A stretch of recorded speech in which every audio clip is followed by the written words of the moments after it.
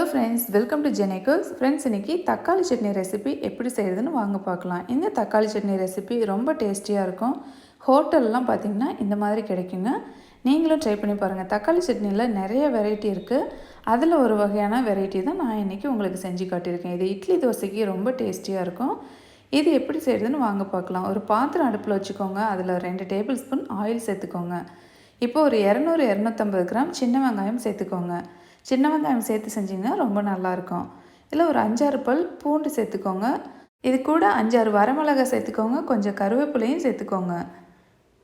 இப்போ வெங்காயம் நல்லா பொன்னிறமாக வதங்கணும். அந்த அளவுக்கு அனல் குறைவான தீயில வச்சுட்டு நல்லா வதக்கி விட்டுருங்க. இப்போ பாருங்கள், நல்லா வதக்கியாச்சு. இந்த அளவுக்கு வதக்கணும். இப்போ இது கூட 4 பழுத்து தக்காளி கட் பண்ணி இது கூட சேர்த்துருக்குறேன். தக்காளியும் சேர்த்துட்டு நல்லா கூழ் பதமாக வதக்கிக்கோங்க. எப்போவுமே ஒரே மாதிரி டேஸ்ட்டில் செய்கிறதுக்கு பதிலாக இந்த மாதிரி கொஞ்சம் வித்தியாசமாக செஞ்சு பாருங்கள். இந்த சட்னி ரொம்ப நல்லாயிருக்கும். இப்போ தக்காளி நல்லா கூழ் பதமாக வதக்கியாச்சு. இப்போ நம்ம ஸ்டவ் ஆஃப் பண்ணிக்கலாம். இப்போ இதை ஆற வச்சுட்டு நல்லா அரைச்சிக்கலாம். தக்காளி சட்னி இந்த மாதிரி செஞ்சு பாருங்கள், ரொம்ப நல்லாயிருக்கும். இப்போ நல்லா ஆறிடுச்சு. ஒரு மிக்ஸி ஜாரில் நம்ம இப்போ இதை சேர்த்துக்கலாம். நல்லா சூடு ஆறுனதுக்கப்புறமா அரைச்சிக்கோங்க. இல்லாட்டினா தெரிக்கும் மிக்ஸி ஜாரில். அந்த மாதிரி சூட்டோடு அரைக்கக்கூடாது. இப்போ இதுக்கு தேவையான அளவு கல் உப்பு சேர்த்துக்கிறேன். இப்போ நல்லா அரைச்சிக்கிறேன். தண்ணி எதுவும் நான் சேர்க்கல. தேவைப்பட்டால் கடைசியாக சேர்த்துக்கலாம். இப்போ நல்லா அரைச்சாச்சு. இப்போ இதை நம்ம தாளிச்சிடலாம். நல்லெண்ணெய் விட்டு தாளிங்க, அப்போ தான் ரொம்ப நல்லாயிருக்கும். இப்போ ஒரு 2 டேபிள் ஸ்பூன் அளவுக்கு நல்லெண்ணெய் சேர்த்துருக்கேன். கொஞ்சம் அதிகமாகவே சேர்த்திங்கனாலும் ஒன்றும் பரவாயில்ல.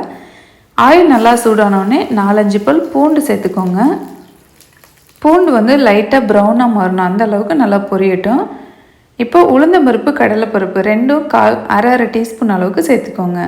1/4 டீஸ்பூன் கடுகு சேர்த்துக்கோங்க. இதை நல்லா பொரிய விட்டுருங்க.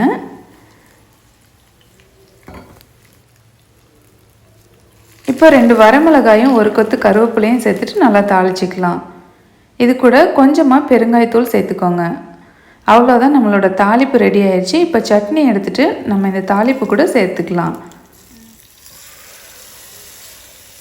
சேர்த்ததுக்கப்புறமா உங்களுக்கு எவ்வளோ தண்ணி தேவையோ அந்த அளவுக்கு சேர்த்துக்கோங்க. நான் மிக்ஸி ஜார் லைட்டாக அலசி இது கூட சேர்த்துருக்கேன். இந்த திக்னஸ் எனக்கு போதுமானதாக இருக்கும். இது ரொம்ப கொதிக்கணும்னு அவசியம் இல்லை. ஏற்கனவே நல்லா வதக்கியாச்சு. இந்த தண்ணி சேர்த்ததுனால ஒரு கொதி வந்தால் மட்டும் போதும். இப்போ ஒரு கொதி வந்துருச்சு. ஸ்டவ் ஆஃப் பண்ணிவிட்டு வேறு பாத்திரத்தில் மாற்றிக்கிட்டேன். இந்த தக்காளி சட்னி நீங்களும் ட்ரை பண்ணி பார்த்துட்டு எப்படி இருக்குன்னு கீழே கமெண்ட் பண்ணுங்கள். இந்த தக்காளி சட்னி ரெசிபி உங்களுக்கு பிடிச்சிருந்தா இதுக்கு ஒரு லைக் கொடுங்க. உங்கள் ஃப்ரெண்ட்ஸ் அண்ட் ரிலேட்டிவ் கூட மறக்காமல் ஷேர் பண்ணுங்கள். தேங்க்யூ.